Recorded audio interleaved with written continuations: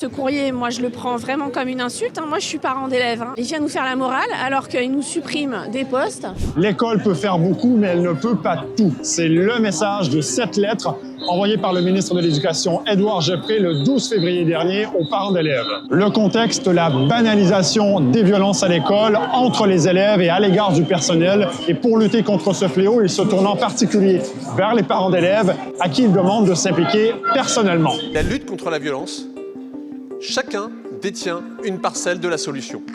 Et que si on considère que l'école doit tout faire contre la violence, alors qu'elle est à l'extérieur et que les parents, effectivement, ne transmettent pas à leurs enfants ni le respect de l'institution, ni le respect des personnels, alors nous avons effectivement un problème. Il leur demande de signaler bien sûr tout fait de harcèlement ou de violence, mais aussi de rappeler aux enfants l'autorité de l'école et d'être eux-mêmes des exemples de respect envers le personnel. À l'occasion d'une journée de grève dans l'éducation nationale contre des suppressions de postes, je suis allé voir comment est reçue cette lettre. Bonjour madame, est-ce que je peux vous embêter une minute? Je vais d'abord vous interroger sur cette lettre qui a été envoyée à tous les parents d'élèves récemment par le ministre. Je ne sais pas si vous l'avez lu. C'est une catastrophe. C'est une catastrophe. Je peux vous demander ce que vous en avez pensé? Oui, C'est d'un cynisme intolérable en fait. Ce courrier, moi je le prends vraiment comme une insulte. Moi je suis parent d'élèves. Il vient nous faire la morale alors qu'il nous supprime des postes, de l'argent. On l'a trouvé complètement déplacée cette lettre.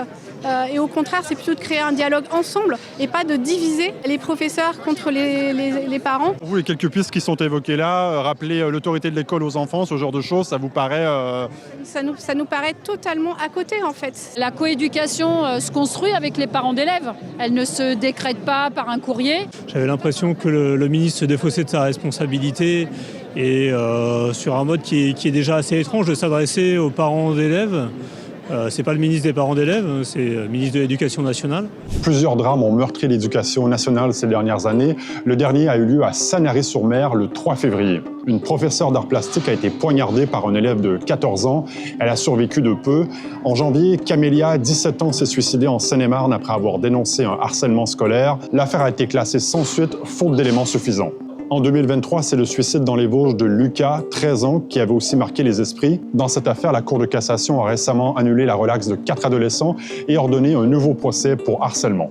En fait, nous, ce qu'on demande, c'est beaucoup plus de moyens. Donc, bien sûr qu'il y a de la violence, mais pour ça, il faut aussi qu'il y ait des structures derrière, du personnel pour que, justement, il y ait un climat scolaire qui soit plus apaisé. Aujourd'hui, ce qu'on voit, c'est qu'il manque de tout. Les infirmières scolaires, nous, dans notre département, elles ont été redéployées, mutualisées. Alors nous, à Paris, on a particulièrement été choqués parce qu'on a quand même été très touchés à Paris depuis cet été sur des problèmes de violence envers les enfants. On a des situations régulières qui sont connues depuis 4-5 ans et quand on en parle et quand on le dit, on nous écoute pas les parents. Donc ça nous a fait quand même très mal là, cette lettre. Ce serait bien qu'ils se bougent en fait, qu'ils viennent dans les établissements, qui viennent voir vraiment les difficultés réelles des gens. Est-ce qu'il est au courant de la précarité de la plupart des gens dans notre pays, qu'une grande partie des familles sont gérées par des femmes seules, très souvent, qui ont plusieurs enfants, qui galèrent pour terminer les fins de mois? Oui, c'est sûr qu'une école, elle ne peut pas tout. On fait une partie du travail à l'école, il y a une partie du travail qui se fait à la maison évidemment, mais on doit travailler ensemble. Moi je suis dans l'établissement où il y a les classes qui sont déjà à 28, à 29, 30 élèves, 32 dans certains cours. Et effectivement, ça va exploser, ça ne marche pas comme ça. En 2022, la loi Balanant a fait du harcèlement scolaire un délit. Forcément, cela entraîne une judiciarisation de ces faits et permet de mieux les quantifier. Entre 2022 et 2024, par exemple, les parquets ont enregistré 10 000 faits de harcèlement scolaire en France. Dans près de la moitié des cas, une réponse pénale a été apportée. La plupart du temps, des mesures alternatives comme une exclusion de l'établissement. Et en tout, 240 condamnations pour harcèlement scolaire ont été prononcées par la justice. Pour les cas de violence qui sont passés, moi je pense que c'est davantage la faute des parents et que de la faute des profs ou la faute des encadrants.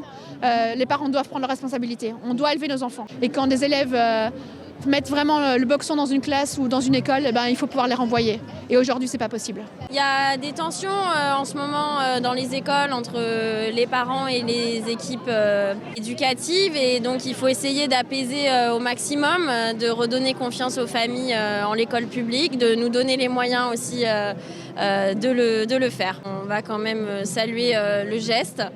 Après, c'est toujours pareil entre les mots et ce qui est fait derrière. Voilà, pour réellement apaiser les tensions, on verra ce qu'il en est.